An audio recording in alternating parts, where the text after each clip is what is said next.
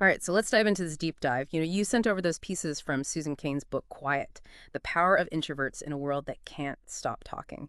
And it seems like you're really fascinated by not just what it means to be introverted, but like how do you actually thrive, Huh. in a world that seems like it's kind of made for extroverts? Yeah. And you know what I found so interesting about Kane's book is that she doesn't just rely on, personal stories and anecdotes. She actually brings in a lot of research and expert opinions to kind of back up what she's saying. Yeah. So it's pretty compelling case, for introversion.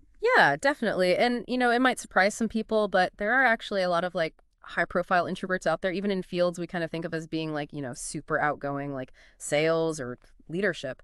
So let's like unpack some of these stories and see, what they teach us about the power of introversion. Yeah. And one of the things that Kane does right off the bat is that she tries to debunk some of the myths around introversion. Like, the idea that introverts are antisocial is not really accurate. It's more like they're just differently social.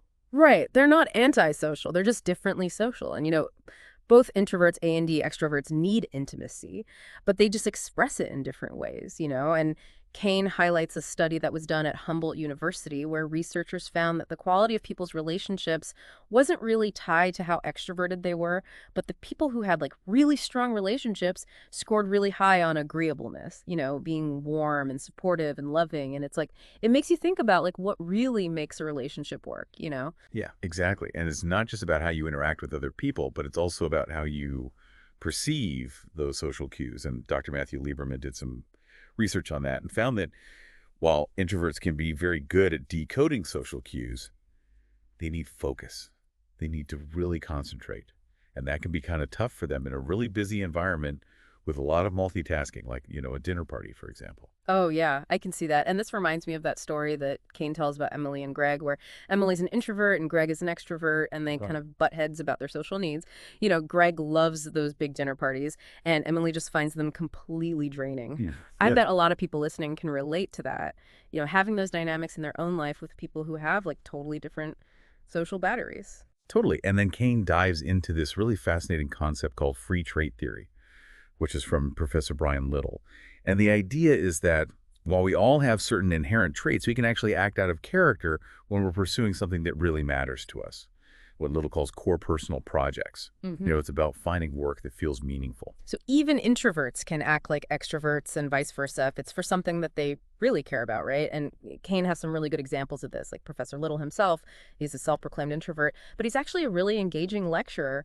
But he admitted that he would hide in bathroom stalls between lectures just to recharge. Talk about dedication, right? And it really highlights the effort that some Yeah. introverts have to put in to function in a world that, often favors extroversion. Right. And then there's the story of Alex, the CEO, who kind of mastered the art of pretend extroversion Oh, all the way back in seventh grade because he felt like he was getting taken advantage of, and it mm, just makes you wonder how many people are out there like successfully navigating the world in this way. right. And it goes back to the point of free trade theory. Yeah.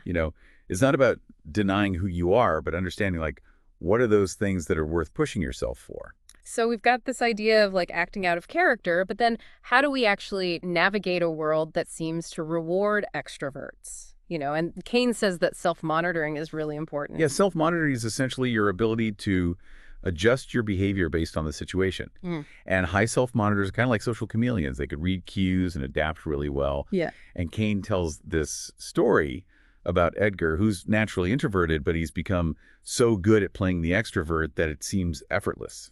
Right, but it's not always smooth sailing. Yeah. Kane contrasts Edgar with Allison and Jillian, who are both, trying to use pseudo extroversion, but with different results. Yeah, Allison is a lawyer and she's trying to get a job that she doesn't really even care about. So her, pretend extroversion just feels forced and fake. right. Whereas Jillian is using it to advance work that she finds really meaningful. So it's like that connection to a genuine personal project is what seems to make the difference, right? Totally. And Kane even includes some of the questions from the self-monitoring scale in the book. So you can see where you fall on the spectrum. It's pretty interesting. Yeah. And let's move on to something that I think can be tricky for both introverts and the extroverts, which is conflict. Oh, yeah, conflict. Kane points out that introverts and extroverts often have totally different approaches to resolving conflict, which can lead to a lot of misunderstandings. Introverts tend to avoid conflict, while extroverts might be more likely to confront it head on. Yeah, and you have to think about it this way. conflict can be really overstimulating for introverts, while for extroverts, it's a way of engaging and connecting. Yeah. It goes back to that whole stimulation thing. Right. And Kane revisits Emily and Greg and shows how they clash during arguments. Sure. Emily kind of shuts down and Greg gets more and more assertive, and it creates this cycle of feeling misunderstood, which I'm sure a lot of people out there have experienced. Yeah. Absolutely. And to illustrate this difference, Cain uses this really vivid image of the hiss versus the bite. Greg needs to manage his anger so he doesn't bite, and Emily needs to become more comfortable asserting herself, hissing when she needs to. It's about finding that balance. Yeah. Right, and Kane also brings up some research on cultural differences in negotiation. She compares Asian and Israeli MBA students and how what one culture might consider respectful, another might see as being disengaged. It's a good reminder to be mindful of those nuances in our interactions, especially in today's global world. Definitely, and that leads us into this whole topic of raising introverted children in a world that seems to put such a premium on being outgoing. And Cain is very clear about this. Introversion is not something to be cured. It's a natural temperament that needs to be supported, not stifled. Exactly. It's not a flaw. It's just a different way of being. And Kane tells the story of Ethan, who's this little boy who gets misdiagnosed because his parents are very extroverted and they just don't understand his nature. And Dr. Jerry Miller, the psychologist who sees Ethan, calls it like a classic case of parent-child mismatch. Ethan wasn't troubled. He was just introverted. It really highlights the importance of accepting a child's temperament, wouldn't you say? Absolutely. It's about recognizing and nurturing their strengths, Yeah. not trying to force them into a mold that doesn't fit them. And Cain shares a more heartwarming story about Joyce and Isabel, where the mom gradually comes to understand her introverted daughter's needs. It's a really beautiful example of parental growth. And this brings us to the challenges of the school system, which, is often very extroverted and can be really overstimulating for introverted kids. Yeah, you think about it, schools are all about group work and public speaking and constant interaction. And for a lot of introverted kids, that can be really draining and leave them feeling like they just don't belong. Right. And it makes you wonder how many introverted kids are out there just struggling to adapt. Yeah. And, there are educators who get it.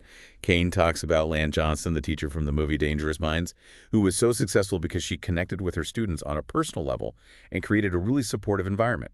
And there's Pat Adams from the Emerson School for Gifted Students, who realized that introverted kids often learn in different ways and need a system that honors their strengths. Yeah, and for parents who are navigating all of this, Cain offers some advice.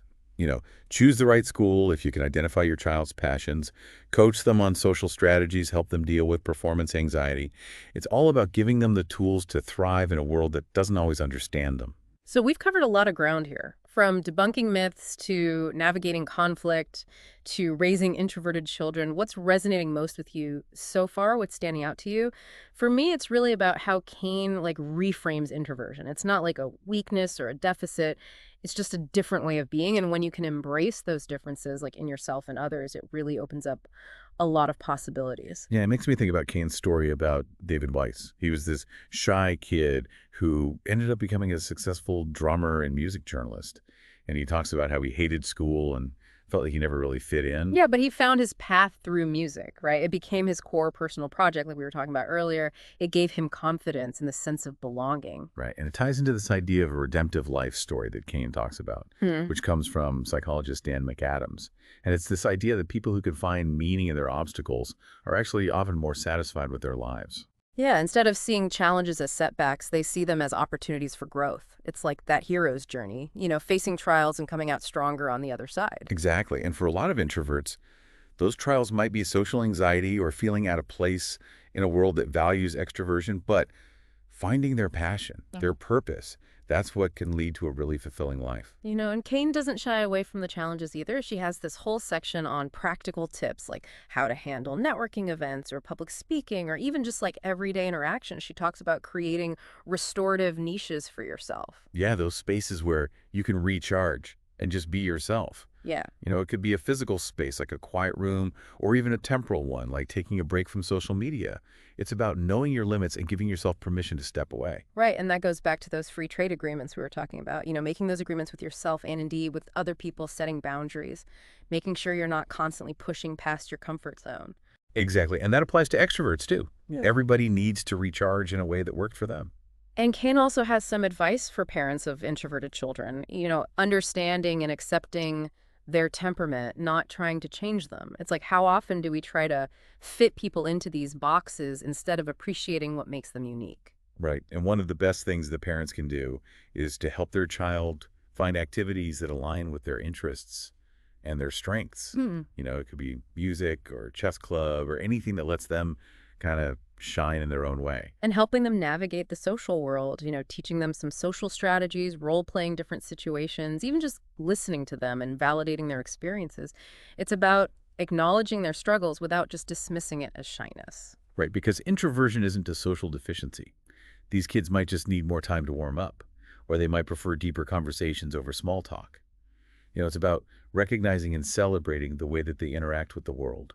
And then Cain shifts gears a little bit and starts talking about the workplace, and she offers advice for managers who want to create an environment that supports both introverts, A and D extroverts. And she talks about how introverts often have different needs when it comes to things like workspace and communication. Oh, yeah, like open plan offices, which are just incredibly distracting for a lot of introverts. They tend to do better in quieter, more private settings, and they might also prefer written communication over having to do everything in meetings or on the phone. Right. It's about recognizing that one size doesn't fit all, and having a flexible, adaptable environment really benefits everyone. And Cain also cautions against what she calls the new groupthink, where there's this overemphasis on collaboration and brainstorming. And it can sometimes come at the expense of giving people time to think on their own. And she points out that sometimes the best ideas come from solo work. We need space for that too. It kind of challenges our assumptions about leadership, too. She highlights research showing that introverted leaders can actually be very effective, especially when they're leading teams that are already proactive and self-motivated. Yeah, they're often really good listeners, they're thoughtful decision makers, and they're not afraid to let other people take the lead when it's appropriate. It shows that there's not just one way to be a good leader, and introverts bring a lot of valuable skills to the table. And ultimately, Kane's argument is that we need both introverts and extroverts for a thriving society. Right. Each one brings their own strengths and perspectives. And it's about appreciating those differences that creates a more balanced world. And it's not about trying to change who you are. It's about understanding yourself and then using your natural talents to make a difference. And that leads into another section that I thought was really relevant, which is the challenges of raising quiet kids in a world that just can't seem to stop talking.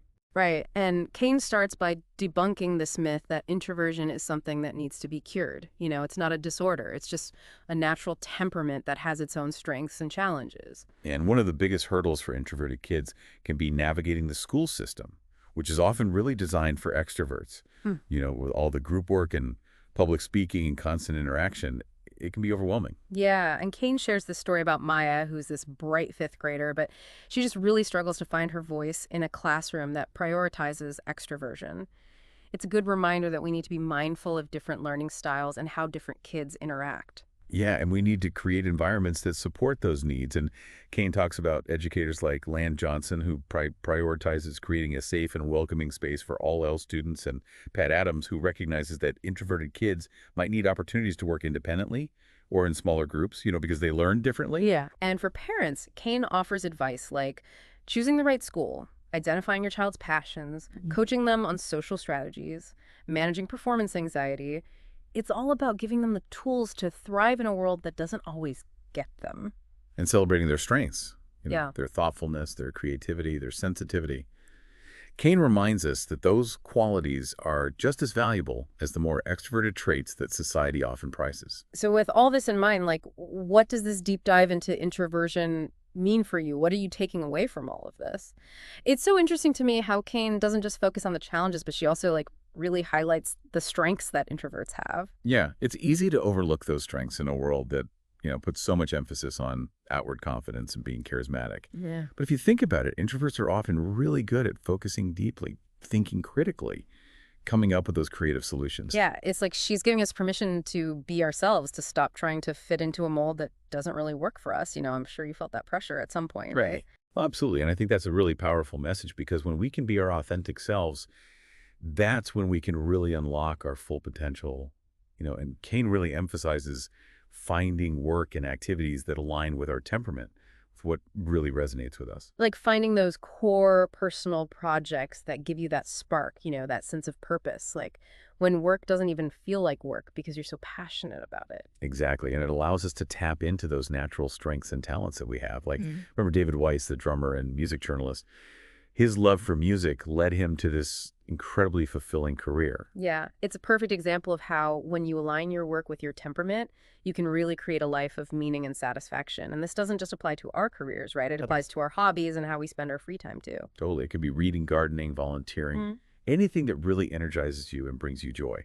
Mm. It's about creating a life that feels balanced and authentic. A life that really honors who you are at your core. Yeah, and Kane reminds us that we don't have to be everything to everyone.